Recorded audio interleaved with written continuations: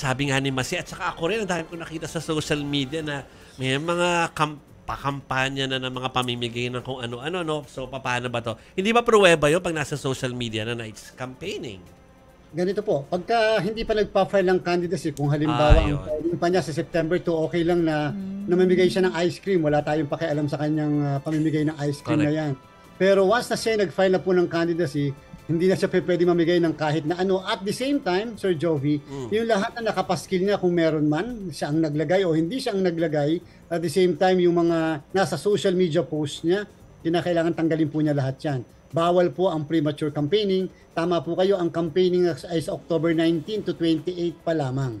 Okay, so malinaw po yun, pero ito sabi natin sa mga voters, kung ganyan po yung kandidatong lumiligaw sa inyo at iniikutan ng mga batas, kwidaw kayo dyan. Tama. Magkakatiwalaan mo pa ba yan? Pero, sir, so far kanina, dun po sa filing ng COC ng mga tatakbo sa barangay, meron po ba kayong nakita na nagba-violate? Like yung mga baka may umaabot dyan ng mga vote for ganyan?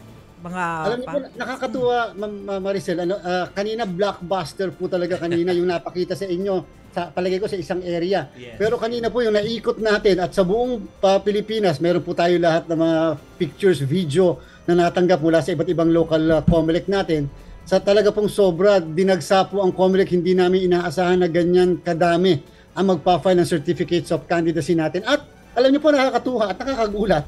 Wala yung traditional na merong parang piyesta, may mga tambol-tambol, may mga naglipanan na kung ano-ano. Wala pong ganun tayong napansin kanina. Siguro po baka nagtitipid yung iba. O kaya naman dahil napakainit ng araw kanina o siguro natatakot din sila na bago pupunta nga naman doon sa lugar kung saan sila nagpa-file ng candidacy, pwede pa yon. Pero once na nakapag-file na sila, lahat ngayon ng mga kasama niya at sila'y nag-iikot, ayan ay premature campaigning na. So, sir, ang start ng campaign period ay October 19. Kailan po malalaman yung nasa final list ng mga kandidato?